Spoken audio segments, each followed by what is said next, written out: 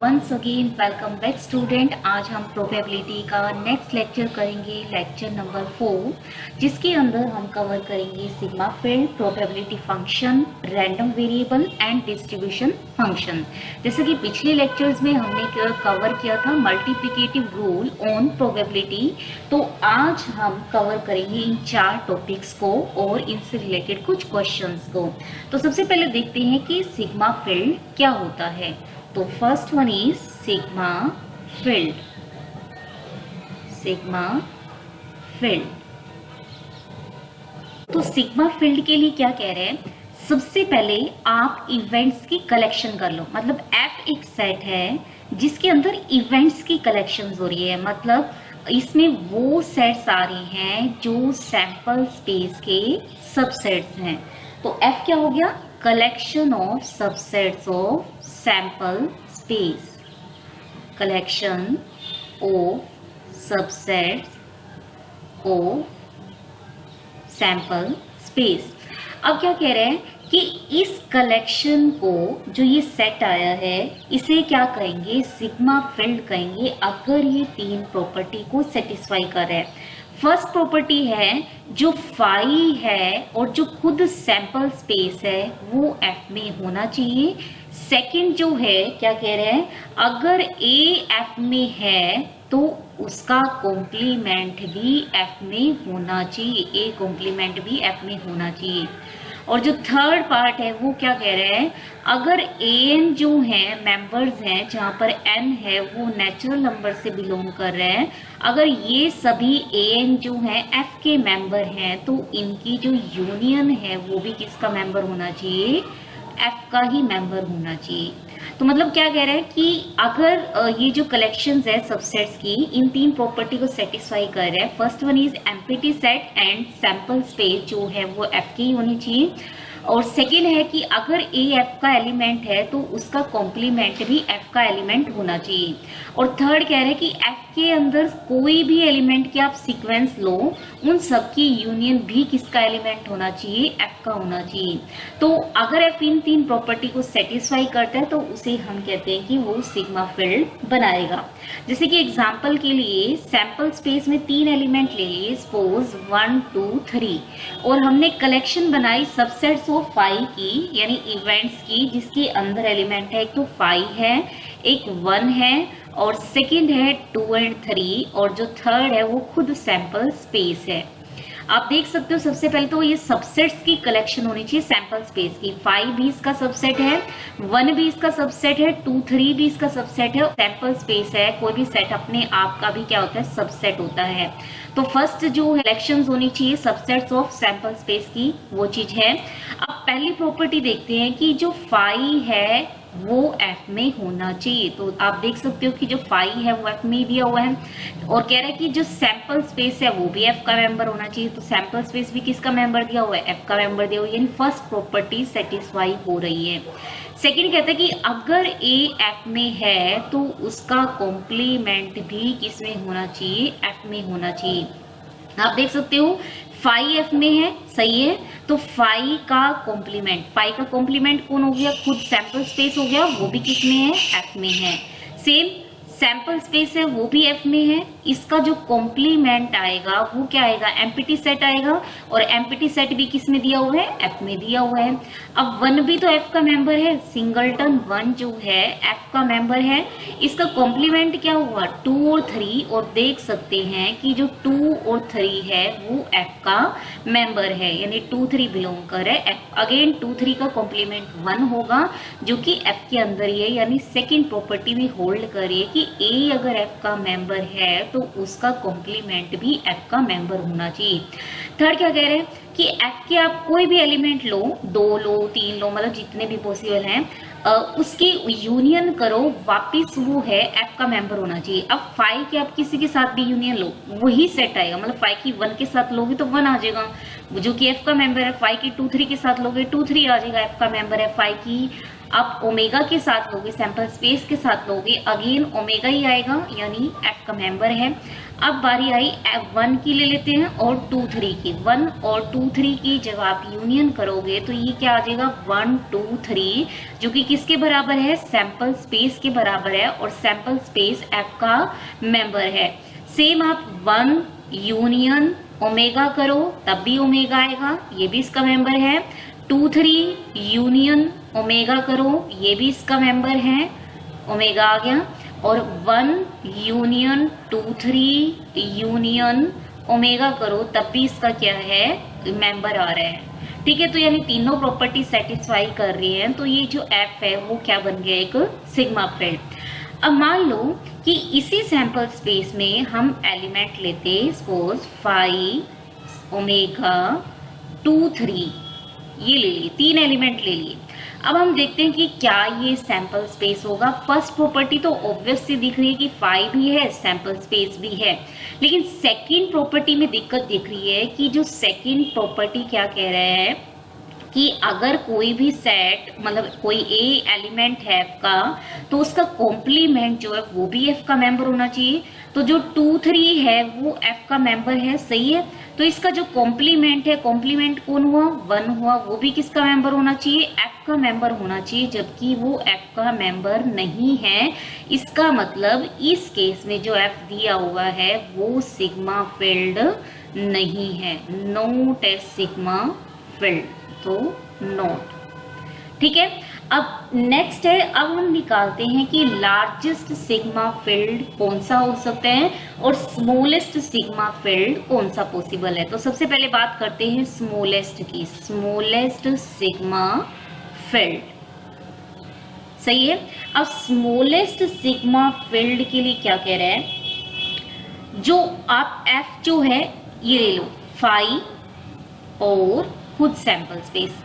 अब sigma field के लिए पहली प्रॉपर्टी क्या कहते हैं, 5 और सैंपल स्पेस यानी ओमेगा एफ का मेंबर होना चाहिए, यानी कम से कम एफ में 2 एलिमेंट चाहिए। अगर सैंपल स्पेस नॉन एम्प्टी है, सैंपल स्पेस नॉन एम्प्टी लेते हैं तो सैंपल स्पेस नॉन एम्प्टी है, यानी एफ के अंदर कम से कम 2 एलिमेंट होने चाहिए, 5 और एक सैंपल स्पेस, यानी इसकी कार्डिनलिटी 2 से कम नहीं हो सकती। यानी अगर एक क्वेश्चन पूछा जाए, इससे रिलेटेड एक क्वेश्चन देखते हैं पहले, which of the following, which of the following can be cardinality of a sigma field, can be cardinality of a sigma field, सही है।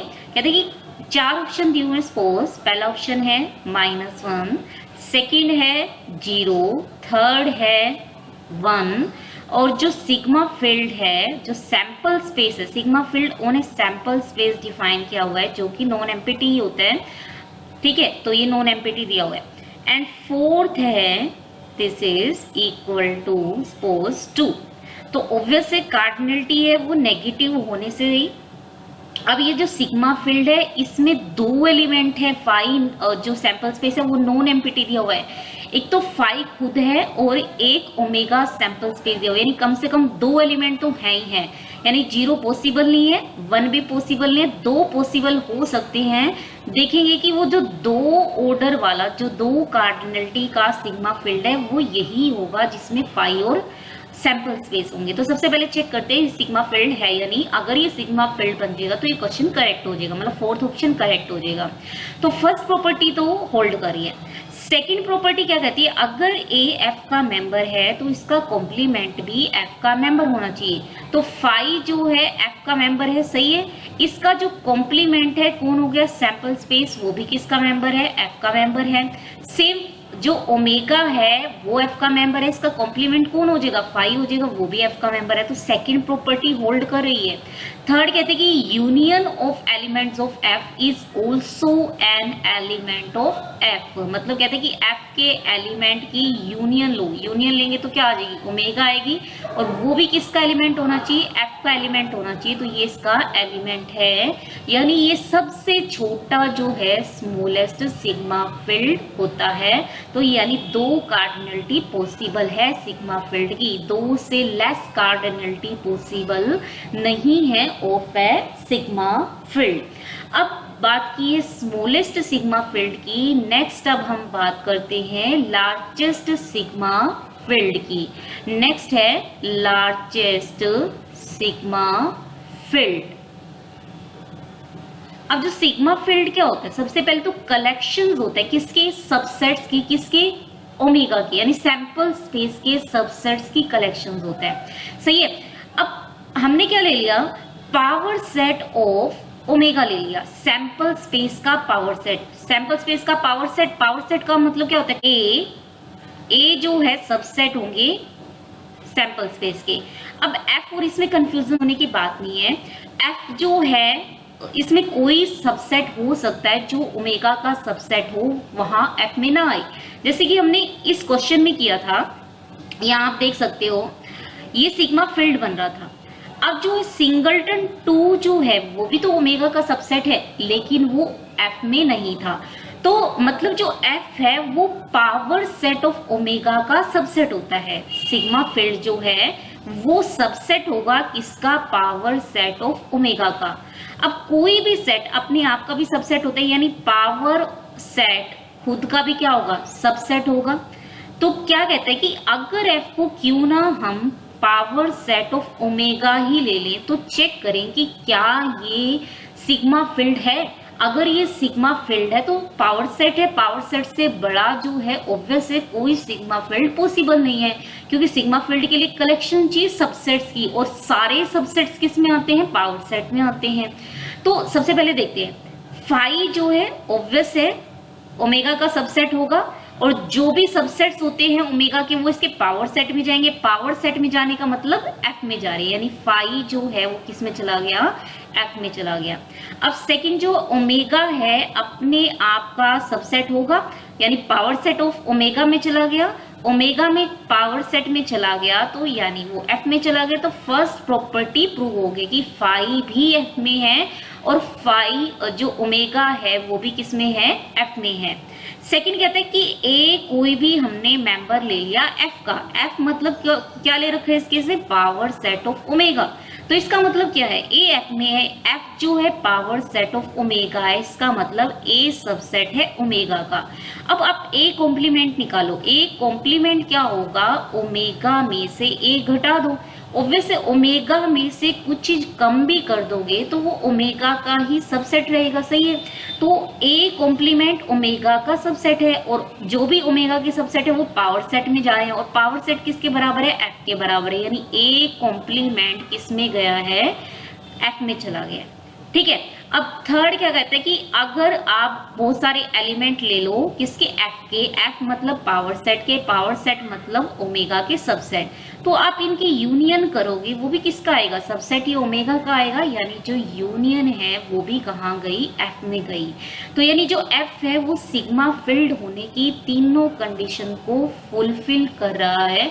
तो इसका मतलब जो एफ है यानी पावर सेट ऑफ ओमेगा है वो क्या बन गया है, एक सिग्मा फील्ड बन गया है, और इससे बड़ा सिग्मा फील्ड पॉसिबल नहीं है। तो this is the largest sigma field and this is the smallest sigma field. तो ये कंसेप्ट था सिग्मा फील्ड का। नेक्स्ट अब हम करेंगे प्रोबेबिलिटी फंक्शन का कंसेप्ट। सो सेकंड है प्रोबेबिलिटी फंक्शन, प्रोबेबिलिटी फंक्शन। अब प्रोबेबिलिटी पीछे क्या लगा हुआ है, फंक्शन लगा हुआ है, ऑब्वियस है कि फंक्शन होगा, इसको डिनोट किया गया इस फंक्शन को पी से। अब फंक्शन है डोमेन भी होगी और कोडोमेन भी होगी। कहते हैं कि जो डोमेन है वो सिग्मा फील्ड ले लो, मतलब पी एक फंक्शन है जिसकी डोमेन जो है वो एक सिग्मा फील्ड है, यहाँ पर एफ जो है सिग्मा फील्ड है, और जो कोडोमेन है वो क्लोज्ड इंटरवल 0 से 1 है। और ये फंक्शन किस तरीके से डिफाइंड है कि ये फंक्शन इस तरीके से डिफाइंड होना चाहिए, जो फाई है फाई की इमेज 0 आनी चाहिए। आप देख सकते हो फाई मतलब इमेज किसकी निकलती है, डोमेन के एलिमेंट की। जो फाई है वो एफ का मेंबर है क्योंकि वो सिग्मा फील्ड है। तो इसके आप इमेज निकाल सकते हो। तो इसकी इमेज क्या कह रहे हैं, 0 आनी चाहिए, और 0 आप चेक कर सकते हो कि कोडोमेन में जा रही है। और फिर क्या कह रहे हैं, जो सैंपल स्पेस है, अब जो सैंपल स्पेस है ओमेगा, ओमेगा भी एफ का मेंबर है, आप इसकी भी इमेज निकाल सकते हो। तो सैंपल स्पेस की image under the function of P वो कितनी आनी चाहिए, 1 आनी चाहिए। तो फर्स्ट तो कह रहे हैं कि जो एम्प्टी सेट है उसकी तो वो इमेज 0 आएगी, और जो सैंपल स्पेस है उसकी इमेज कितनी आनी चाहिए, 1 आनी चाहिए। अब सेकंड क्या कह रहे हैं, इफ एन जो है सीक्वेंस ले ली मेंबर्स की, किसकी, डोमेन की। डोमेन मतलब कौन हो गया, एफ हो गया। तो एन जो है ये मेंबर है एफ के, इस तरीके से मेंबर है कि ये आपस में क्या है, डिसजॉइंट है, दैट इज म्यूचुअली डिसजॉइंट। ये म्यूचुअली डिसजॉइंट है, यानी कुछ भी आपस में कॉमन नहीं है। तो कहते हैं कि यूनियन की जो इमेज आएगी, यूनियन की जो इमेज आएगी या जो इमेजेस का सम आएगा, मतलब यहाँ पर जो है ना वो नेचुरल नंबर से बिलोंग कर रहा है, वो दोनों चीज क्या आनी चाहिए, इक्वल आनी चाहिए। तो प्रोबेबिलिटी फंक्शन के लिए क्या कह रहे हैं, आपको जो डोमेन है वो सिग्मा फील्ड चाहिए, और को डोमेन क्या है, क्लोज इंटरवल 0 to 1 होना चाहिए, और इस तरीके से होना चाहिए जो फाई है उसकी इमेज 0 आए और सैंपल स्पेस की इमेज कितनी आए, 1 आए। और एन जो है जहां पर एन बिलोंग कर रहा है नेचुरल नंबर से कर रहा है, डोमेन के एलिमेंट से, अगर वो म्यूचुअली डिसजॉइंट है तो यूनियन की इमेज या इमेज का सम वो क्या होंगे, आपस में इक्वल आएंगे। जैसे कि सपोज सिग्मा फील्ड है, इस तरीके से था, फाई सैंपल स्पेस जो हमने एग्जांपल लिया था 1 और 2 3, तो ये एक सिग्मा फील्ड बन रहा था, सही है। अब P जो है फंक्शन इस तरीके से डिफाइन कर लिया कि सपोज इसकी इमेज, सपोज इन तीनों की इमेज, दिस इज सपोज 1/2 आ रही है, और 2 3 की इमेज आ रही है कुछ, दिस इज 1/3 आ रही है। तो ऑब्वियस है कि ये सिग्मा फील्ड तो है, लेकिन जो फंक्शन डिफाइन कर रहे हो कि जहां पर फाई की इमेज, ओमेगा की इमेज, 1 की इमेज 1/2 है और 2 3 की इमेज 1/3 है, तो ये जो है प्रोबेबिलिटी फंक्शन नहीं है। क्यों? क्योंकि जो एम्प्टी सेट है उसकी तो इमेज 0 आनी चाहिए और सैंपल स्पेस की इमेज 1 आनी चाहिए, जबकि तो 1/2 आ रही है, तो ये इनकरेक्ट है। और ये भी चेक कर सकते हो, ये भी होल्ड नहीं कर रही है कि 1 और 2 3 म्यूचुअली डिसजॉइंट है, इनकी यूनियन करोगे, यूनियन क्या आएगी, सैंपल स्पेस ही आएगी। फिर यूनियन की इमेज, सैंपल स्पेस की इमेज आनी कितनी, 1 के बराबर नहीं आ रही है, तो यानी इस केस में जो फंक्शन है वो प्रोबेबिलिटी फंक्शन नहीं है। अब एक चीज याद करते हैं, जो प्रोबेबिलिटी हमने की थी, मतलब हम प्रोबेबिलिटी करते हैं तो प्रोबेबिलिटी ऑफ सैंपल स्पेस हमें पता है कि ऑलवेज 1 होती है। जो सैंपल स्पेस है ऐसी इवेंट होती है जो श्योर इवेंट होती है। श्योर इवेंट मतलब जिसकी प्रोबेबिलिटी 1 होती है, और जो नल इवेंट है, नल इवेंट मतलब जो फाई है उसकी प्रोबेबिलिटी क्या होती है, 0 होती है, जिसे हम इम्पॉसिबल इवेंट भी बोलते हैं। और ये हमने एडिशन रूल में सीखा था, अगर म्यूचुअली एक्सक्लूसिव होती हैं तो एडिशन रूल क्या कहता था कि probability of A union B is equal to probability of A plus में प्रोबेबिलिटी ऑफ बी, यानी यूनियन की इमेज इमेजेस का सम आ रहा है। तो प्रोबेबिलिटी जो हम पढ़ चुके हैं तो वो इन दोनों कंडीशन को क्या कर रहा है, सेटिस्फाई कर रहा है। तो इसका मतलब जो प्रोबेबिलिटी किया है वो क्या बनेगा, प्रोबेबिलिटी फंक्शन बनेगा, सही है। अब हम चेक करते हैं कि किसी भी सैंपल स्पेस पर आप कितने प्रोबेबिलिटी फंक्शन डिफाइन कर सकते हो। अगेन सेम ले लिया, सैंपल स्पेस में वही 3 एलिमेंट ले लिए, 1 2 और 3, और सिग्मा फील्ड जो था, सिग्मा फील्ड इसमें एलिमेंट थे 5 1 2 3 और सैंपल स्पेस, ठीक है। P एक प्रोबेबिलिटी फंक्शन है f से लेकर के क्लोज इंटरवल 0 to 1। तो श्योर हो गए कि प्रोबेबिलिटी ऑफ फाई जो है 0 आनी चाहिए, और probability of phi, sorry not phi, this is omega, वो कितनी आएगी, 1 आएगी। अब आप ये देखो 1 और 2 3 म्यूचुअली डिसजॉइंट है, दोनों में कुछ भी कॉमन नहीं है, तो अगर P प्रोबेबिलिटी फंक्शन है तो क्या कह रहे हैं कि इनकी जो यूनियन है, यूनियन मतलब 1 और 2 3 की जो यूनियन है, इसकी जो इमेज आएगी, इसकी इमेज किसके बराबर होगी, इमेजेस के सम के बराबर होगी, यानी 1 की इमेज और ये हो गया 2 और 3 की इमेज। सही है। अब 1 की यूनियन 2 3 के साथ करोगे 1 2 3, यानी सैंपल स्पेस ही आएगा और सैंपल स्पेस की प्रोबेबिलिटी 1 आ गई। तो 1 is equal to, sorry this is not union, this is summation, probability of 1 plus में प्रोबेबिलिटी ऑफ 2 3। अब प्रोबेबिलिटी मान लो 1 की कितनी आ रही है, सपोज P आ रही है, ठीक है, जो कि 0 और 1 के बीच में कोई भी नंबर हो सकता है, ठीक है। तो 2 3 की कितनी आनी चाहिए, इस फॉर्म 2 3 की देखिए तो 2 3 की कितनी आएगी, 1 माइनस में P। अब P के लिए तो इनफाइनाइट चॉइसेस हैं, क्लोज, ओपन इंटरवल 0 to 1 में से कोई भी वैल्यू हो सकती है, तो इसके लिए भी कितनी वैल्यू हो सकती है, इनफाइनाइट वैल्यू हो सकती है, मतलब अनकाउंटेबल वैल्यूज ऐसी हैं जो इसकी प्रोबेबिलिटी बन सकती है। यानी आप एक सिग्मा फील्ड पर अनकाउंटेबल प्रोबेबिलिटी फंक्शन डिफाइन कर सकते हो, अनकाउंटेबल प्रोबेबिलिटी फंक्शन डिफाइन कर सकते हैं। तो ये था कंसेप्ट प्रोबेबिलिटी फंक्शन का। नेक्स्ट अब केस है रैंडम वेरिएबल का। तो नेक्स्ट अब हम करने वाले हैं रैंडम वेरिएबल, रैंडम वेरिएबल्स। तो रैंडम वेरिएबल को सबसे पहले कैपिटल X से डिनोट किया जाएगा। रैंडम वेरिएबल का मतलब ये नहीं है कि एक वेरिएबल डिफाइन कर रहे हैं, रैंडम वेरिएबल का मतलब सबसे पहले एक फंक्शन होगा, ये भी एक फंक्शन है, ठीक है, ऑब्वियस है, फंक्शन है, डोमेन होगी, को डोमेन होगी। जो डोमेन है वो सैंपल स्पेस ही होगी और जो को डोमेन है वो रियल नंबर है। मतलब क्या कहते हैं, रैंडम वेरिएबल एक फंक्शन है जिसकी जो डोमेन है वो सैंपल स्पेस है और को डोमेन क्या है, रियल नंबर है।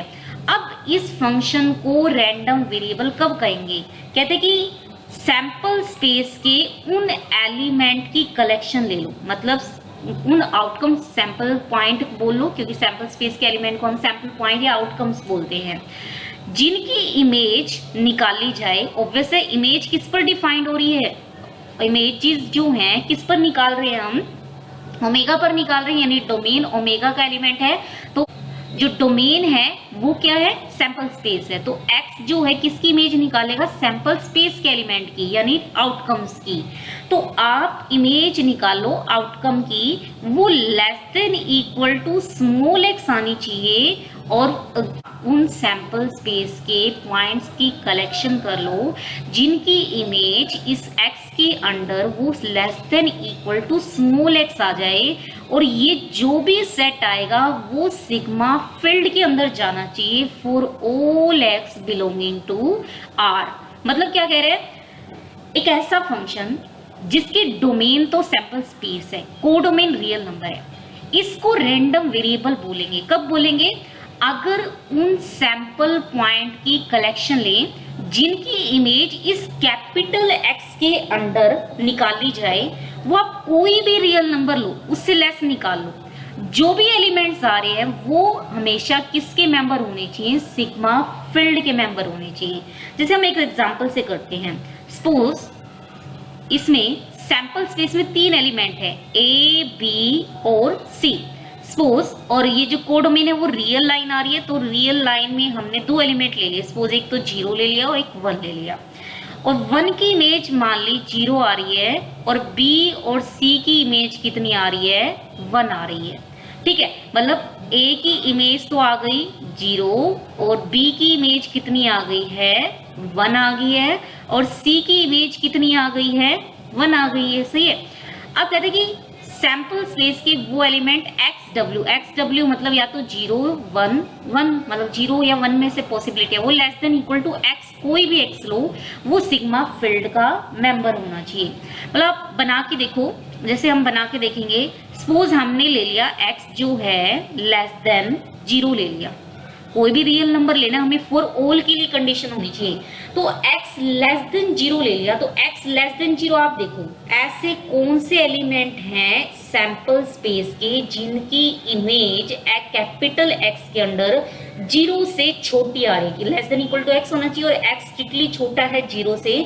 तो आप देख सकते हो सैंपल स्पेस का कोई भी एलिमेंट ऐसा नहीं है जिसकी इमेज नेगेटिव आ जाए। लेस देन 0 मतलब नेगेटिव, ये इमेज या तो 0 आ रही है या फिर 1 आ रही है, यानी ये कैसा सेट होगा, एम्प्टी सेट होगा। मतलब अगर आप x नेगेटिव ले लो, क्योंकि x कोई भी रियल नंबर हो सकता है, बोला है ना फॉर ऑल x बोला हुआ है, तो अगर हमने x नेगेटिव नंबर ले लिया तो हमें आउटकम्स वो आउटकम्स चाहिए जिनकी इमेजेस नेगेटिव आए, लेकिन ऐसी कोई भी आउटकम पॉसिबल नहीं है जिनकी इमेज नेगेटिव आ रही है। तो ये सेट कैसा हो गया, एम्प्टी सेट हो गया।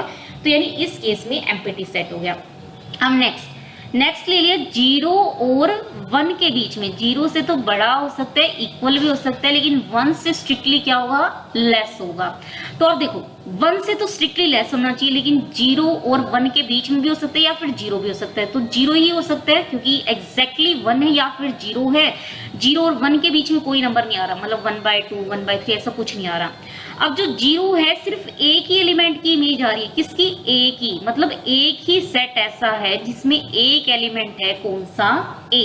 तो अगर x आपका 0 से 1 के बीच में है तो क्या आ गया, ये सेट क्या बन गया है, a। नेक्स्ट ले लिया x greater than equal to 1, greater than equal to 1 जो है इमेजेस। अब थर्ड केस क्या है, x ग्रेटर देन 1। अब हमें उन सैंपल पॉइंट की कलेक्शन चाहिए जिनकी image less than equal to x हो, लेकिन x जो है वो 1 से क्या हो, बड़ा हो। अब आप ये देखो, ये जो है x 1 से बड़ा है, 1 से बड़ा है, मान लो एक बार के लिए 1.5 है, सपोज एक बार के लिए।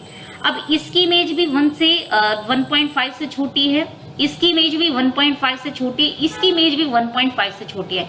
अब x जो है वो 1 से बड़ा है, 1 से बड़ा है, और ये कोई भी नंबर 1 से बड़ा नहीं है, मतलब हर एक एलिमेंट की इमेज x से क्या आ रही है, छोटी ही आ रही है। कितने एलिमेंट आ रहे हैं, 3 एलिमेंट आ रहे हैं, और 3 ही एलिमेंट किसमें, सैंपल स्पेस में है। यानी पूरा का पूरा सैंपल स्पेस ही ऐसा है जिसकी image less than equal to x आ रही है, जहां पर x greater than equal to 1 आ रहा है। अगर सिग्मा फील्ड ऐसा है जिसमें फाई है, सिंगलटन a है और ये ओमेगा है, तो तीनों f में चले जाएंगे, और f में चले जाएंगे तो जो ये x बनाया है वो कैसा फंक्शन बन जाएगा, रैंडम वेरिएबल बन जाएगा। तो मान लो सिग्मा फील्ड आपने ले लिया, अब जो ओमेगा था वो क्या बन गया था, ओमेगा जो था a b c 3 एलिमेंट बन गए थे, ठीक है। और सिग्मा फील्ड के लिए एक तो फाई चाहिए और एक ओमेगा चाहिए, ठीक, और एक आप ले लो a और b, और एक ले लिया हमने सपोज c ले लिया। अब आप देखो ये सिग्मा फील्ड है या नहीं, सबसे पहले ये चेक करते हैं। तो फाई ओमेगा होना चाहिए, इसका कॉम्प्लीमेंट होना चाहिए, इसका कॉम्प्लीमेंट c है, c का कॉम्प्लीमेंट ये है, ठीक है। सेकंड प्रॉपर्टी भी है। थर्ड कहते हैं कि यूनियन भी होनी चाहिए, यूनियन भी है, आप चेक कर सकते हो, ये सिग्मा फील्ड बनेगा। लेकिन इस सिग्मा फील्ड के लिए जो ये वाला कैपिटल X है वो एक रैंडम वेरिएबल नहीं है। क्यों? क्योंकि ये क्या कह रहा है, जो सेट आएंगे वो किसके मेंबर होने चाहिए, सिग्मा फील्ड के आने चाहिए। लेकिन इसमें तो कौन मेंबर आ रहा है, a भी तो आ रहा है, लेकिन a जो है वो सिग्मा फील्ड का मेंबर नहीं है। यानी इस सिग्मा फील्ड के लिए ये जो कैपिटल X है वो रैंडम वेरिएबल नहीं है, नॉट ए रैंडम वेरिएबल। लेकिन अगर हम सिग्मा फील्ड चेंज कर दें, क्या चेंज करें, फाई ओमेगा ए बी, और क्या ले ले हम, ये ए बी की जगह बी सी ले लिया, बी सी और ए, ये सिग्मा फील्ड बन रहा है। और इसमें आप देख सकते हो फाई भी है, सिंगलटन ए भी है और ओमेगा भी है। यानी इस सिग्मा फील्ड के लिए ये एक रैंडम वेरिएबल है, जबकि इस सिग्मा फील्ड के लिए ये एक रैंडम वेरिएबल नहीं है। तो यानी सिग्मा फील्ड पर डिपेंड करता है कि वो रैंडम वेरिएबल है या नहीं है। कुछ और क्वेश्चन करते हैं, एग्जांपल्स करते हैं रैंडम वेरिएबल के। जैसे ये ले लिया, एक कोइन को 2 टाइम्स फ्लिप किया गया, अनबायस्ड, ठीक है। जो फंक्शन है रैंडम वेरिएबल है, क्या डिफाइन कर दिया, number of head, number of heads, आपको नंबर ऑफ हेड्स काउंट करने हैं। अब कोइन को 2 बार उछालोगे तो सैंपल स्पेस में 4 एलिमेंट आएंगे, या तो head head, head tail, tail head, या फिर क्या होगा टेल टेल।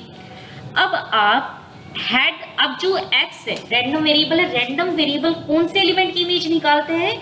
सैंपल स्पेस के एलिमेंट की। सैंपल स्पेस का एलिमेंट तो एच एच भी है, ठीक है, सैंपल स्पेस का एलिमेंट तो एच टी भी है, और सैंपल स्पेस का एलिमेंट टी एच भी है, और सैंपल स्पेस का एलिमेंट तो टी टी भी है। सबसे पहले फंक्शन होना चाहिए, हमने पिछले क्वेश्चन में भी चेक किया कि फंक्शन है या नहीं, तो फंक्शन होना चाहिए। फंक्शन के लिए क्या कहता है कि डोमेन के हर एक एलिमेंट की इमेज मिलनी चाहिए, सेकंड वो इमेज यूनिक होनी चाहिए। तो सबसे पहले ये पीछे वाला क्वेश्चन करते हैं।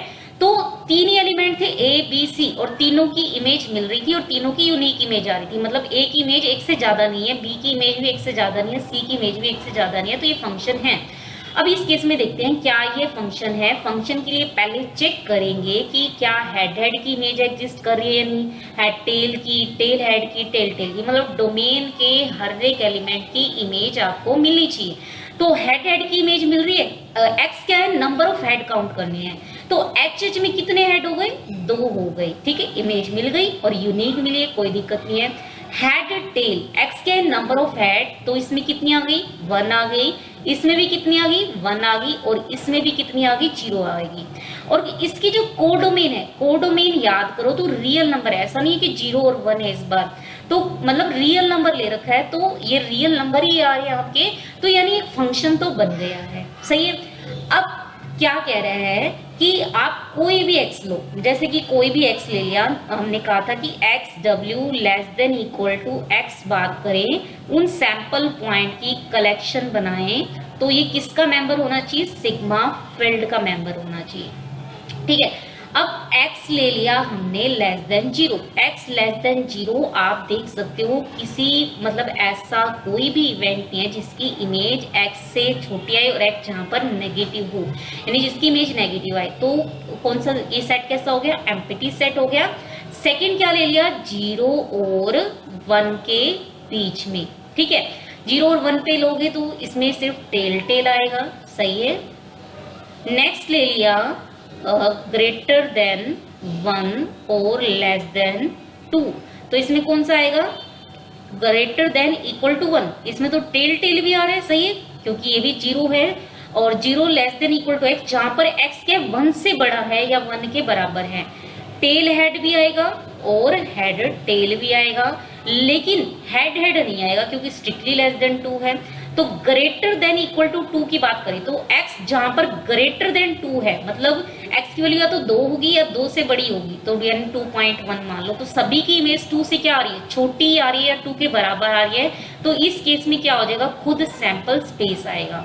तो जो ये सेट आया है, ये सारे के सारे एलिमेंट अगर सिग्मा फील्ड के हैं तो उस केस में ये क्या बन जाएगा, रैंडम वेरिएबल। तो इस केस में आपको डिसाइड करना है कि आप कौन सा सिग्मा फील्ड ले सकते हो, कि इस सिग्मा फील्ड के ऊपर ये सारे एलिमेंट क्या हो जाए, सिग्मा फील्ड के ही मेंबर बन जाए, ताकि जो x है वो उसके लिए क्या बन जाएगा, रैंडम वेरिएबल। होप सो आप निकाल सकते हो कि कौन सा ऐसा सिग्मा फील्ड है कि जहां पर ये सभी इसके मेंबर बन जाए और ये इसके लिए एक रैंडम वेरिएबल बन जाए। नेक्स्ट क्वेश्चन है, क्या रैंडम वेरिएबल जो है नेगेटिव इमेज रख सकता है? तो अगेन फ्लिपिंग ए कॉइन का केस कर लिया, लेकिन जो फंक्शन है x वो इस बार चेंज कर दिया है। x क्या चेंज कर दिया, x में इस बार ले लिया नंबर ऑफ हेड माइनस में नंबर ऑफ टेल, मतलब सैंपल स्पेस हमने सेम रखा, लेकिन जो फंक्शन x है वो हमने चेंज कर दिया। पहले तो हमें जस्ट हेड काउंट करने थे कितने हैं, इस बार क्या कहता है कि हेड काउंट करो, टेल काउंट करो और हेड में से टेल को घटा दो, ठीक है। तो सबसे पहले सभी की इमेज एग्जिस्ट करनी चाहिए, तो हेड नंबर ऑफ हेड 2 है, नंबर ऑफ टेल 0 है, तो 2 माइनस 0 कितना आ गया, 2 आ गया, सही है। x हेड टेल में करोगे तो 1 माइनस 1 कितना आ जाएगा, 0 आ जाएगा। x टेल हेड करोगे तो कितना आ जाएगा, 1 माइनस 1 0 आ जाएगा। एक्स टेल टेल करोगे तो हेड कितने हैं, टेल टेल, तो हेड कितने हैं 0 और टेल कितनी है 2 यानी -2। तो जो रैंडम वेरिएबल मतलब जिस भी सिग्मा फील्ड के लिए रैंडम वेरिएबल है तो वहां ये नेगेटिव वैल्यू पॉसिबल है। ऑब्वियस है क्योंकि जो इसकी कोडोमेन है वो रियल नंबर होती है और -2 भी क्या है, रियल नंबर के अंदर बिलोंग कर रहा है। तो एक रैंडम वेरिएबल नेगेटिव वैल्यू भी पिक कर सकता है। तो ये था रैंडम वेरिएबल का कंसेप्ट। सो नेक्स्ट है डिस्ट्रीब्यूशन फंक्शन का concept. Next is distribution function. Distribution function, ठीक है, डिस्ट्रीब्यूशन फंक्शन है, ऑब्वियस है ये भी एक फंक्शन है। इसे कैपिटल एफ से डिनोट किया गया, मतलब वहां सिग्मा फील्ड था, यहाँ हम डिस्ट्रीब्यूशन फंक्शन के लिए यूज कर रहे हैं। जिसकी डोमेन है वो रियल नंबर है, ठीक है, और जो कोर डोमेन है वो 0 to 1 है। याद हो प्रोबेबिलिटी फंक्शन जो था उसकी जो डोमेन थी, डोमेन क्या बन रही थी, एक सिग्मा फील्ड बन रही थी, सही है, सिग्मा फील्ड। अब ये सिग्मा फील्ड बन रही थी और इसकी कोडोमेन क्या थी, 0 से 1, ठीक। अब नेक्स्ट हमने किया रैंडम वेरिएबल। रैंडम वेरिएबल के लिए सैंपल स्पेस उसकी डोमेन थी और रियल नंबर उसका क्या था, कोडोमेन। और इसमें अब कहते हैं कि इस रियल नंबर पर एक और फंक्शन डिफाइन हो रहा है जो कि डिस्ट्रीब्यूशन फंक्शन है और जिसकी इमेज वापस क्या आ रही है, 0 से 1। मतलब कहते हैं डिस्ट्रीब्यूशन फंक्शन जो है फंक्शन है जिसकी डोमेन रियल नंबर है और कोडोमेन क्लोज्ड इंटरवल 0 to 1 है। अब ये फंक्शन काम किस तरीके से करेगा, इस फंक्शन का काम है कि कोई भी आप रियल नंबर लो, x जो है एक रियल नंबर है, इसकी इमेज क्या आएगी, प्रोबेबिलिटी फंक्शन के अंडर आपको इमेज लेनी है उन इवेंट्स की जिसकी image less than equal to small x आ जाए। इसका मतलब क्या है, ये कैपिटल X याद हो रैंडम वेरिएबल था, मतलब वो इवेंट्स काउंट कर लो, वो सभी इवेंट्स काउंट करो, इवेंट्स हैं जिनकी इमेज रैंडम वेरिएबल के अंदर less than equal to x आ रही है। फिर उस पर क्या बना लो आप, प्रोबेबिलिटी फंक्शन बना लो और प्रोबेबिलिटी फंक्शन के अंडर जो भी इमेज आ रही है वो किसकी इमेज होगी, f की इमेज अंडर f। तो जो f है इसे हम बोलेंगे डिस्ट्रीब्यूशन फंक्शन। तो डिस्ट्रीब्यूशन फंक्शन के लिए जस्ट मतलब क्या कह रहे, रैंडम वेरिएबल के लिए तो हम चेक करते थे जो ये सेट आएगा वो f का मेंबर होना चाहिए, लेकिन डिस्ट्रीब्यूशन फंक्शन के लिए कहता है कि ये जो सेट आएगा आपको उसकी इमेज निकालनी है किसके अंडर, प्रोबेबिलिटी फंक्शन के अंदर। ऑब्वियसली ये सैंपल स्पेस का ही सबसेट आएगा और सैंपल स्पेस के सबसेट की कलेक्शन सिग्मा फील्ड के अंदर होती है और सिग्मा फील्ड जो है डोमेन होती है प्रोबेबिलिटी फंक्शन की, यानी प्रोबेबिलिटी फंक्शन के इस सेट की प्रोबेबिलिटी फंक्शन के अंडर इमेज निकल सकती है। तो जो इमेज आएगी less than equal to x वाली वो किसके बराबर होगी, x की इमेज अंडर कैपिटल F, जहां पर कैपिटल F को हम क्या नाम देंगे, डिस्ट्रीब्यूशन फंक्शन। इस डिस्ट्रीब्यूशन फंक्शन को क्यूमुलेटिव डिस्ट्रीब्यूशन फंक्शन भी बोला जाता है, क्यूमुलेटिव डिस्ट्रीब्यूशन फंक्शन जिसे CDF बोलते हैं, CDF in short form CDF। जिस क्वेश्चन करते हैं अब हम एग्जाम्पल करते हैं CDF का। तो CDF के लिए कह रहे हैं कि जो रैंडम वेरिएबल ले लिया कैपिटल X, सपोज जो इसकी इमेज है, मतलब रैंडम वेरिएबल है, हमने देखा था एक फंक्शन होता है, फंक्शन है जिसकी जो डोमेन होती है वो सैंपल स्पेस होता है और जो कोडोमेन था वो रियल नंबर होता है।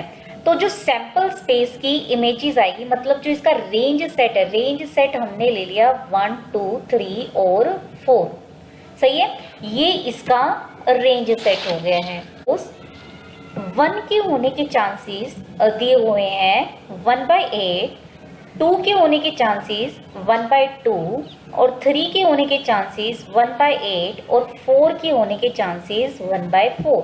अगर हम इसे ग्राफ से रिप्रेजेंट करें तो कुछ इस तरीके से है, यहाँ तो ले ली जो वैल्यूज पॉसिबल हैं दैट इज 1 2 3 एंड 4। यहाँ ले लिया frequency distribution, suppose this is 1/8, 1/4 and 1/2।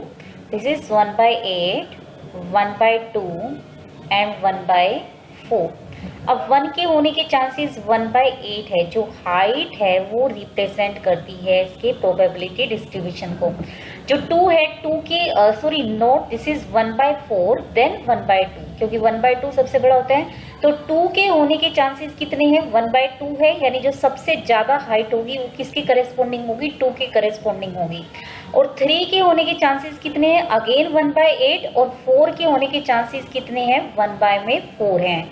कुछ इस तरीके से डिस्ट्रीब्यूशन दिया हुआ है। अब आपको क्या करना है? CDF फाइंड आउट करना है, यानी कैपिटल F फाइंड आउट करना है।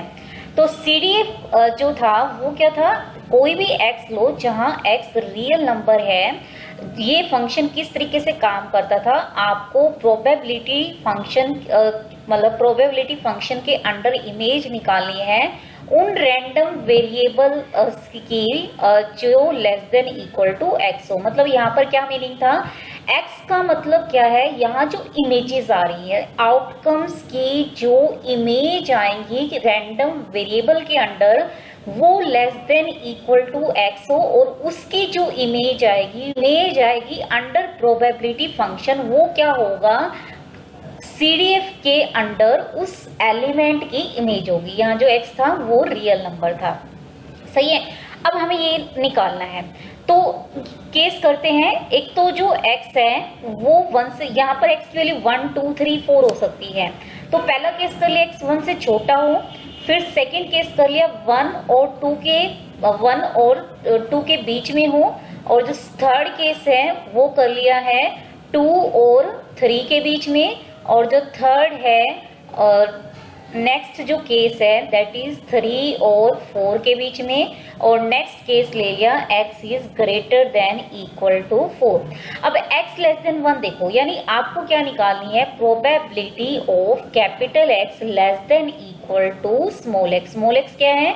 1 से छोटा है, लेस देन x, और x is strictly less than 1। यानी आपको उन एलिमेंट की मतलब प्रोबेबिलिटी देखनी है जिसकी जो इमेज है रैंडम वेरिएबल के अंडर वो स्ट्रिक्टली लेस देन 1 हो। तो आप देख सकते हो स्ट्रिक्टली लेस देन 1, यहाँ कोई भी एलिमेंट ऐसा नहीं है जिसकी इमेज स्ट्रिक्टली लेस देन 1 आ रही है। इमेज या तो 1 आ रही है, 2 आ रही है, 3 आ रही है, 4 आ रही है, मतलब किसी की इमेज 1 नहीं आ रही। यानी ये सेट कैसा हो गया? एम्प्टी सेट हो गया। अगर ये सेट एम्प्टी है तो उसकी प्रोबेबिलिटी कितनी हो गई है? 0 हो गई। तो ये fx हो गया। कब? जब x 1 से छोटा है। नेक्स्ट केस कर लिया 1 और 2 के बीच में, 2 से स्ट्रिक्टली छोटा है, मतलब capital X is less than equal to x है, बट जो x है वो 1 के बराबर भी हो सकता है और 1 से बड़ा भी हो सकता है, लेकिन 2 से स्ट्रिक्टली छोटा है। आप देख सकते हो रैंडम वेरिएबल के अंदर एक एलिमेंट ऐसा है जिसकी image less than equal to x आ रही है, जहां x 1 less than equal to x less than 2 है। ठीक है, और उसकी आपको क्या लेनी है? प्रोबेबिलिटी लेनी है। तो यानी जो 1 है 1 की प्रोबेबिलिटी लेनी है। 1 की प्रोबेबिलिटी कितनी हो गई है? 1/8 हो गई है। नेक्स्ट है आपको ढूंढना है XW less than equal to x, जहां पर x2 और 3 के बीच में है। अब आप ये देखो x2 मतलब मिनिमम वैल्यू x की 2 है, मान लो ये 2 है। अब 2 एलिमेंट ऐसे हैं 1 और 2 जो लेस देन इक्वल टू क्या आ रहे हैं? 2 आ रहे हैं, और 3 से भी स्ट्रिक्टली छोटे आ रहे हैं। तो यानी 1, एक तो 1 हो गया और एक 2 हो गया, यानी इन दोनों की प्रोबेबिलिटी आपको काउंट करनी है। तो 1 की प्रोबेबिलिटी तो हो गई 1/8, और जो 2 है 2 की प्रोबेबिलिटी कितनी हो गई? 1/2। तो थर्ड केस में जो x की इमेज आएगी वो आएगी 1/2 प्लस में 1/8। नेक्स्ट है x जो है 3 और 4 के बीच में हो, 3x लेस देन 4। तो देख सकते हो 1, 2, 3, तो 1, 2, 3 की प्रोबेबिलिटी लेनी है। तो 1 की प्रोबेबिलिटी होगी 1/8, 2 की होगी 1/2, और 3 की प्रोबेबिलिटी हो गई 1/8। ये इस केस के लिए आ गया है। Next x greater than equal to 4, तो सारे ही लेस देन इक्वल टू 4 आ रहे हैं हमारे पास। सही है, हमें less than equal to x चाहिए और x जो है ग्रेटर देन इक्वल टू 4 है, तो ट्रू है। यानी इसमें क्या आ जाएगा? 1/8 प्लस 1/8 1/2 प्लस 1/8 प्लस 1/4, इसका जो सम है वो कितना आ जाएगा, 1 आ जाएगा। तो ये क्या है, सीडीएफ का एग्जाम्पल दिया हुआ है। नेक्स्ट कुछ और एग्जाम्पल करते हैं सीडीएफ से रिलेटेड। सीडीएफ से रिलेटेड जैसे कि एक एग्जाम्पल दिया हुआ है, आप कोइन को 2 बार उछाल रहे हो तो सैंपल स्पेस क्या बनेगा, head head, head tail, tail head and tail head and tail tail. ठीक है, जो x है आपने x क्या डिक्लेयर कर दिया, रैंडम वेरिएबल, याद हो एक फंक्शन होता है, x जो है वो डिक्लेयर कर दिया number of heads, number of heads. तो आप x की वैल्यू देख सकते हो 0 हो सकती है, x की वैल्यू 0 हो सकती है। हेड हेड की इमेज कितनी आ गई है, 2 आ गई। हेड टेल की इमेज कितनी आ गई, 1 आ गई। और टेल हेड की भी इमेज कितनी है, 1 आ जाएगी। टेल हेड की भी इमेज कितनी आ जाएगी, 1। ठीक है, और टेल टेल की इमेज कितनी आएगी, वो आ जाएगी। ठीक है, अब क्या करना है, एक तो x जो है यानी जो इसका रेंज सेट है x का, वो बिलोंग कर रहा है 0, 1 और 2 में। अब आपको डिस्ट्रीब्यूशन फंक्शन बनाना है, यानी fx पहला केस ले लिया जब x नेगेटिव हो। तो नेगेटिव हो ऐसा कोई भी एलिमेंट नहीं है जिसकी इमेज क्या आ रही है, नेगेटिव, यानी ये सेट कैसा हो जाएगा, एम्प्टी। और एम्प्टी सेट की जो प्रोबेबिलिटी है वो कितनी आ गई है, 0 आ गई है। ठीक है, नेक्स्ट केस ले लिया, x जो है 0 से बड़ा या 0 के बराबर लेकिन 1 से स्ट्रिक्टली छोटा आएगा। तो 0 के ओनली 0 इंक्लूड होगा और 0 के होने के चांसेस यानी हेड हेड होने के चांसेस कितने हो जाएंगे, 2/4, यानी कितना आ जाएगा, 1/2 आ जाएगा। तो 1/2। नेक्स्ट केस ले लिया 1 और 2 के बीच में। ठीक है, 1 और 2 के बीच में कौन सा आएगा, 0 भी आ जाएगा, 1 भी आ जाएगा। 0 मतलब हेड हेड, सॉरी यहाँ पर जो है 0 का मतलब है नो हेड, नो हेड मतलब टेल टेल की प्रोबेबिलिटी लेनी थी, और टेल टेल की बाई चांस टेल है उसकी प्रोबेबिलिटी कितनी आएगी, 1/4 आएगी, not 1/2, this is by mistake. तो ये कितनी आ जाएगी, 1/4 आ जाएगा। ठीक है, अब ये केस कर लिया, x जो है ग्रेटर देन इक्वल टू 1 हो लेकिन स्ट्रिक्टली लेस देन 2 हो, तो 2 एलिमेंट आ रहे हैं 0 और 1, यानी एक तो केस बनेगा ओनली एक हेड का या फिर कोई भी हेड ना हो। तो कोई भी हेड नहीं, यानी टेल टेल की प्रोबेबिलिटी होगी 1/4 और इसकी प्रोबेबिलिटी हो गई कितनी होगी, 1/4, यानी कितनी हो जाएगी टोटल, 3/4 हो जाएगी। तो ये हो गया 3/4। नेक्स्ट है x is greater than equal to 2, तो कितना हो जाएगा, सारे ग्रेटर देन इक्वल टू 2 हो जाए, मतलब less than equal to x हो जाएंगे, जहां पर x greater than equal to 2 है। तो ये हो जाएगा हेड हेड भी इंक्लूड हो जाएगा इस बार, दैट इज 1/4 प्लस 1/4, जो कि आंसर कितना आ जाएगा, 1 आ जाएगा। तो ये थे कुछ examples related to distribution function. Next अब हम कुछ और प्रॉपर्टीज करते हैं, मतलब एक थ्योरम देखते हैं जो कि सीडीएफ से रिलेटेड है, उसका प्रूफ हम बाद में देखेंगे। तो थ्योरम क्या कहती है, अगर f जो है सीडीएफ है, तो सीडीएफ है मतलब फंक्शन होगा जिसकी जो डोमेन है वो रियल नंबर होगी और जो को डोमेन है वो क्या होता है, 0 से 1 क्लोज इंटरवल होता है। तो कह रहे कि थ्योरम क्या कहती है, एक तो जो f फंक्शन बनाया है वो नॉन डिक्रीजिंग होना चाहिए, नॉन डिक्रीजिंग मतलब डिक्रीज ना हो, इंक्रीज हो सकता है, एज इट इज रह सकता है, लेकिन मतलब कांस्टेंट रह सकता है, लेकिन वो डिक्रीज नहीं होना चाहिए। जैसे जैसे x बढ़ता जाएगा या तो वैल्यू सेम रहेगी या फिर वैल्यू बढ़ेगी, कम नहीं होगी। सेकेंड क्या कहता है, जैसे जैसे x इन्फिनिटी की तरफ जाएगा, मतलब x जब बहुत बड़ा नंबर होता जाएगा तो उसकी इमेज जो है वो कितनी होती जाएगी, 1 के करीब होती जाएगी।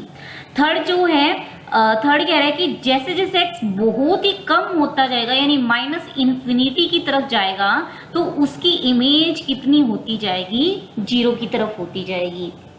ठीक है, तो और प्लस जो है फोर्थ कह रहा है कि f जो है वो क्या होना चाहिए, राइट कंटिन्यूअस होना चाहिए। मतलब तो कहते हैं कि अगर ये फंक्शन इन 4 प्रॉपर्टी को सेटिस्फाई कर दे तो उस फंक्शन को, मतलब वो जो फंक्शन है वो कैसा बन जाएगा, सीडीएफ बन जाएगा। तो सीडीएफ के लिए क्या कहते हैं, थ्योरम क्या कह रही है कि एक तो उसको नॉन डिक्रीजिंग चेक कर लो, और चेक कर लो जैसे जैसे x बढ़ता जा रहा है क्या उसकी इमेज 1 की तरफ जा रही है, या और जैसे जैसे x कम होता जा रहा है क्या उसकी इमेज 0 की तरफ जा रही है। और फिर आपको चेक करना है कि f क्या राइट कंटिन्यूअस है। अगर ये चारों प्रॉपर्टी होल्ड है तो वो CDF है, लेकिन अगर एक भी प्रॉपर्टी फेल कर रही है तो वो CDF नहीं होगा। जैसे कि क्वेश्चन करते हैं, क्वेश्चन दिया हुआ है which of the following is a distribution function. जैसे फर्स्ट ऑप्शन दे रखे है fx इज इक्वल टू 0, मतलब x की इमेज 0 आएगी कब, जब x नेगेटिव होगा, मतलब नेगेटिव नंबर की इमेज कैपिटल F के अंडर कितनी है, 0 है। और पॉजिटिव हो या फिर 0 हो उनकी इमेजेस कितनी आ रही है, 1 आ रही है। मतलब कुछ फंक्शन इस तरीके से हो रहा है, या तो क्या रह रही है, नेगेटिव के केस में तो 0 0 रह रही है, और पॉजिटिव के केस में कितनी रह रही है, 1 1 1 रह रही है। पॉजिटिव के केस में 1, कुछ इस तरीके से बन रहा है।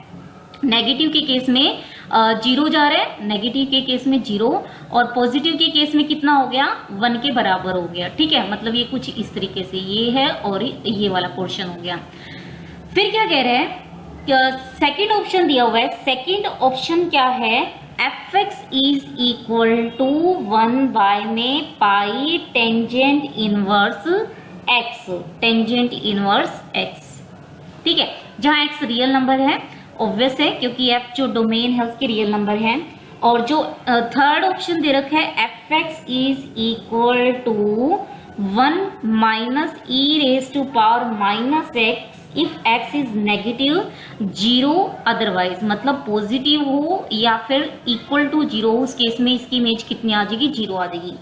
और फोर्थ ऑप्शन है fx is equal to sine x ले लिया कब, जब x जो है वो 0 और पाई के बीच में है, और अदरवाइज इसकी इमेज क्या आ रही है, 0 आ रही है।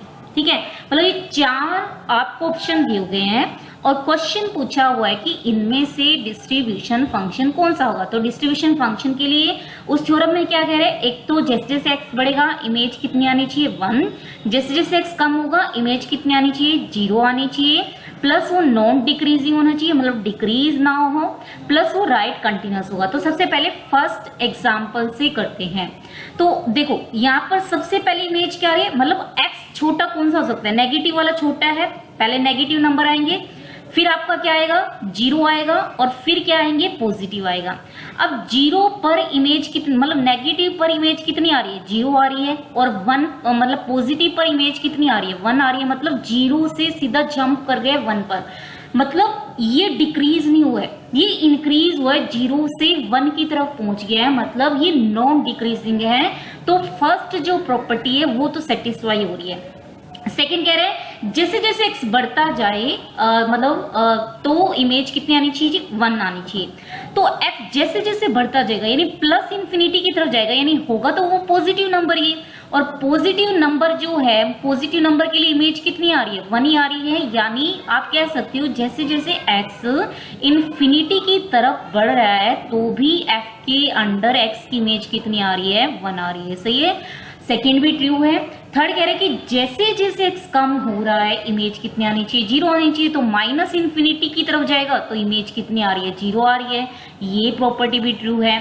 नेक्स्ट कहते हैं कि राइट कंटिन्यूअस होना चाहिए, मतलब आप राइट हैंड 0 का राइट, 0 की राइट में वैल्यू कितनी दी हुई है, 1 दी हुई है, और 0 पर भी फंक्शन की वैल्यू कितनी दी हुई है, 1 दी हुई है। तो ये कैसा फंक्शन है, राइट हैंड कंटिन्यूअस भी है, मतलब ये चारों प्रॉपर्टी को सेटिस्फाई कर रहा है। तो उस थ्योरम से ये क्या बन जाएगा, CDF बन जाएगा।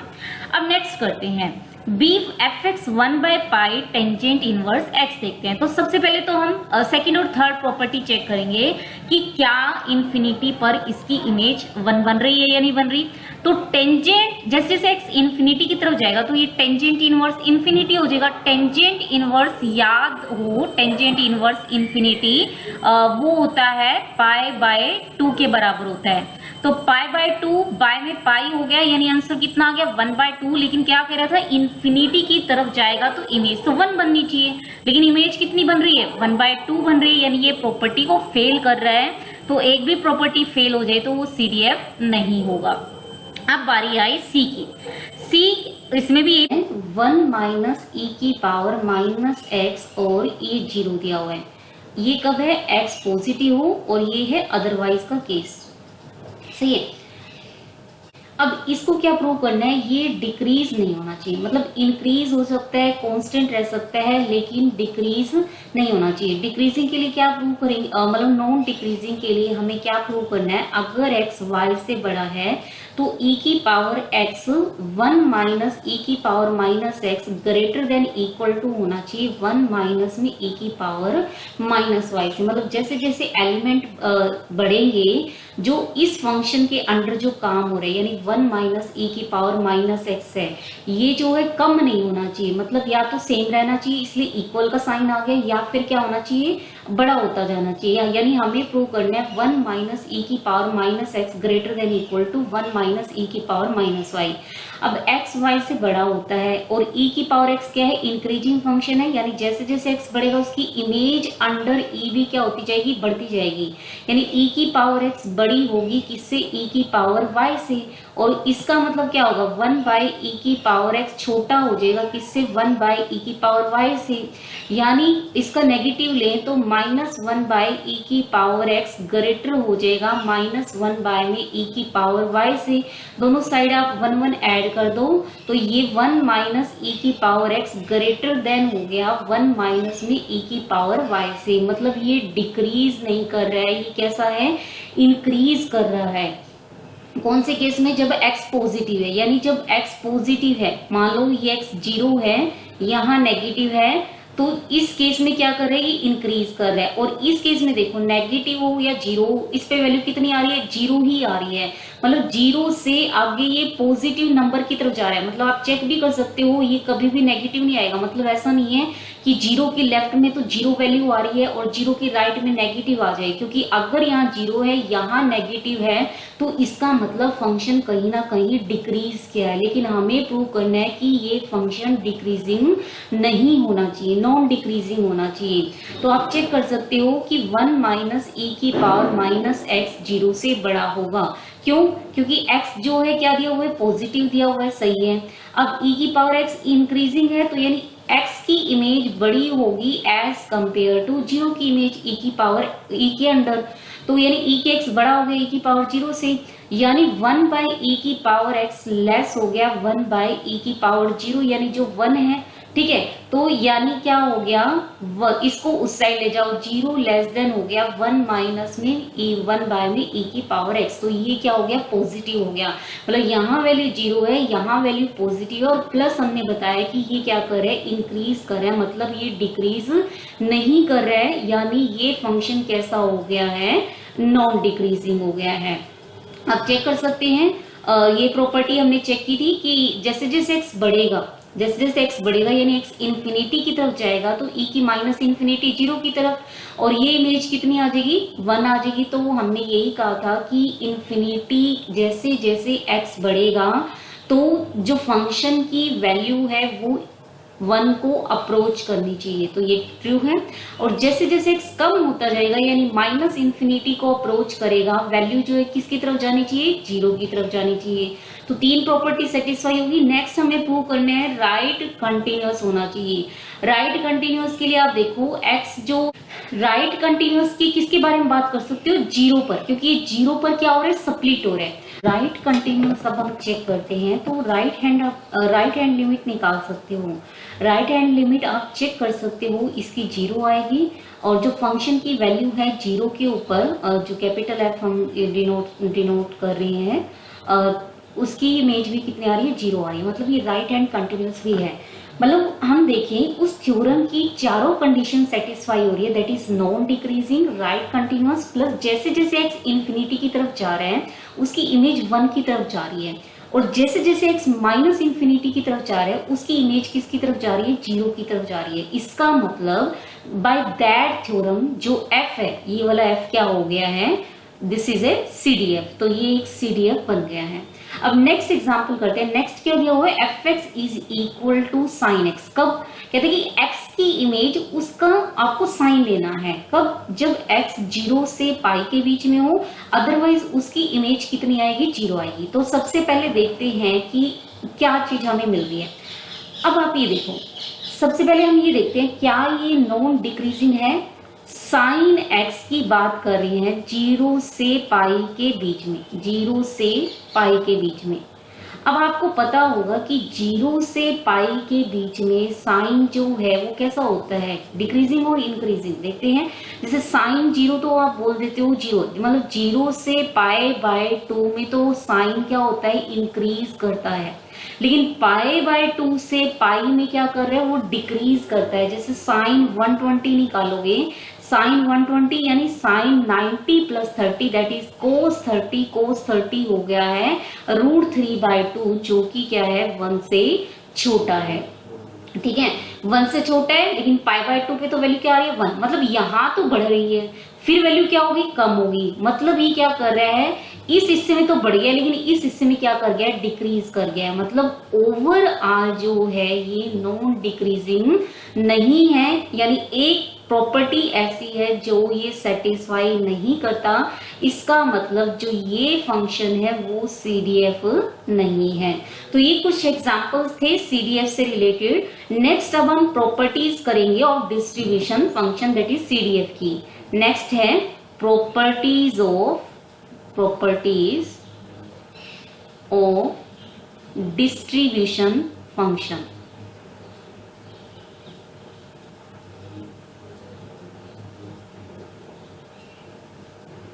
डिस्ट्रीब्यूशन फंक्शन, तो सबसे पहली प्रॉपर्टी क्या कहता है, अगर कैपिटल F जो है एक डिस्ट्रीब्यूशन फंक्शन दिया हुआ है of random variable capital X का, और A और B दो रियल नंबर हैं सच दैट A B से छोटा है, तो कहते हैं कि प्रोबेबिलिटी ऑफ X जो है A से तो बड़ा हो लेकिन less than equal to B हो, इसकी वैल्यू क्या होगी, फंक्शन की वैल्यू एट B माइनस में फंक्शन की वैल्यू एट A।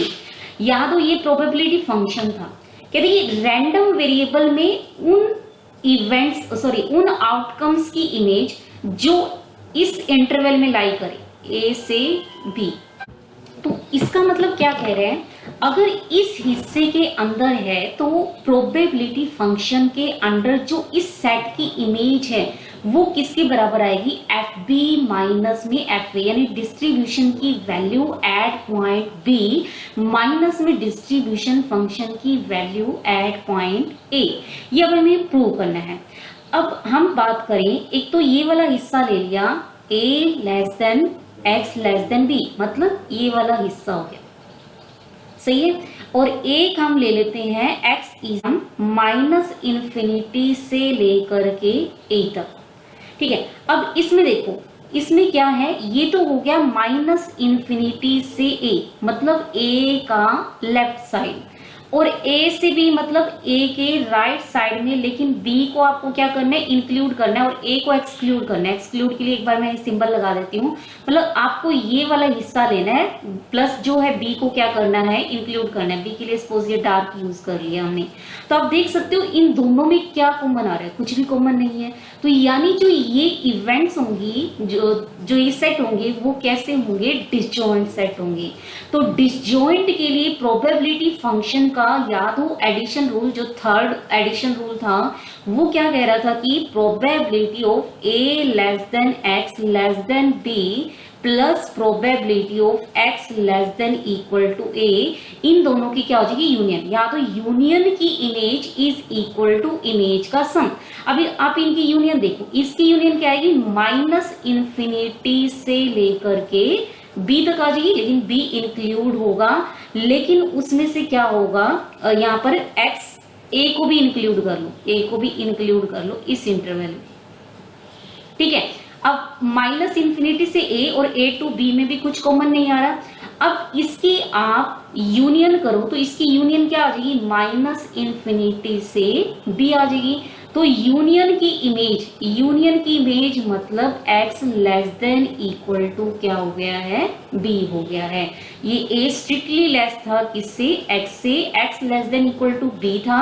ये था माइनस इन्फिनिटी से एक क्लोज्ड इंटरवल, एक ही साइड जो था क्लोज्ड था। इन दोनों की यूनियन माइनस इन्फिनिटी से लेके b तक बन गई थी, जहां पर b पर क्या है, क्लोज्ड है। तो प्रोबेबिलिटी फंक्शन का थर्ड एडिशन रूल हमने लगाया, तो इससे ये चीज आपको मिल गई है। सही है। अब याद हो डिस्ट्रीब्यूशन फंक्शन क्या था, F X is equal to, this is equal to probability of capital X less than equal to X. तो इस अकॉर्डिंग ये क्या बन गया, कैपिटल एफ की वैल्यू एट पॉइंट ए, और ये क्या बन गई है, कैपिटल एफ की value at point B. Probability of A less than X less than equal to B. इसका मतलब क्या हो गया, probability of A less than X less than equal to B, this is equal to function की value at B minus में function की value at A. तो ये थी first property of distribution function. Now second property, second property क्या कहता है, probability of A less than equal to X less than equal to B. पिछले question में क्या था कि हमने ए को इंक्लूड नहीं किया था, ए को एक्सक्लूड कर दिया था, लेकिन इसमें क्या है, इस बार ए को भी इंक्लूड कर दिया, मतलब इस बार ये क्लोज इंटरवल बन गया ए से बी।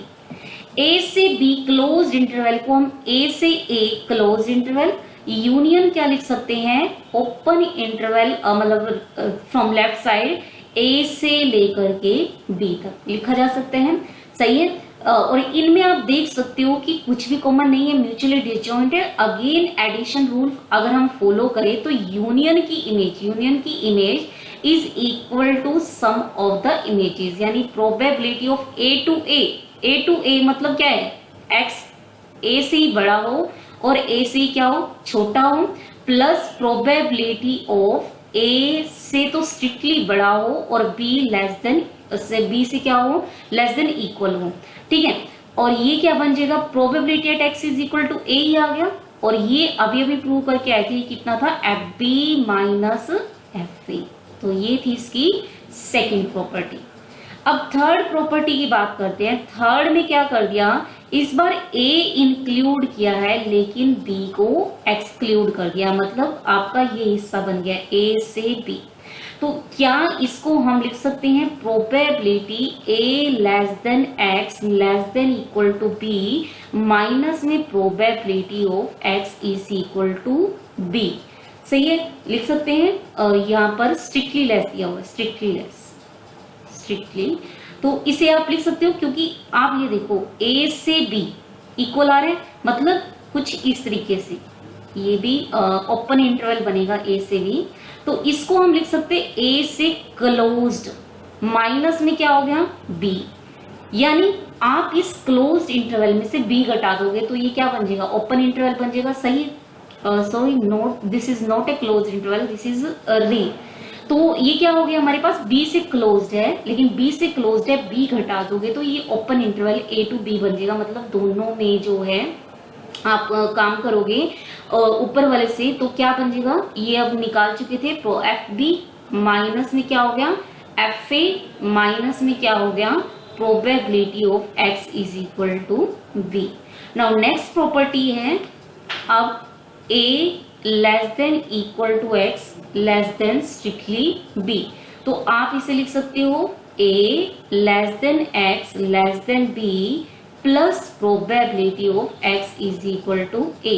यह भी प्रूव करके आए, कितना है, F B minus F A minus probability at X is equal to B plus probability x is equal to A. तो ये थे कुछ इंपॉर्टेंट पॉइंट्स और कुछ important properties of distribution function. अब पर्टिकुलर केस करते हैं। पर्टिकुलर केस क्या है, जब probability of at X is equal to A और probability of at X is equal to B ये चीज जीरो हो जाए, तो ये चीज जीरो हो जाएगी तो ये किसके बराबर आ जाएगा, F B minus F A. और ये चीज भी किसके बराबर आ जाएगा, F B minus F A, ये भी F B minus F A, और ये हम प्रूव कर ही चुके थे, ये भी F B minus F A था। मतलब ये चारों चीजें क्या हो जाएगी, इक्वल हो जाएगी। मतलब आप ए से बी क्लोज लो, ए से बी ओपन लो, ठीक है, ए की साइड से क्लोज लो, बी की साइड से ओपन, या फिर ए की साइड से ओपन और बी की साइड से क्लोज। तो ये चारों इक्वल आ जाएगी कब, जब x is equal to A होने के चांसेस और x is equal to B होने के चांसेस वो क्या हो जाएं, 0 हो जाएं। तो ये भी कुछ important properties of distribution function. So आज के लिए इतना ही। Thank you student. कल हम लेकर आएंगे कुछ डिस्ट्रीब्यूशन फंक्शन से रिलेटेड एग्जांपल्स।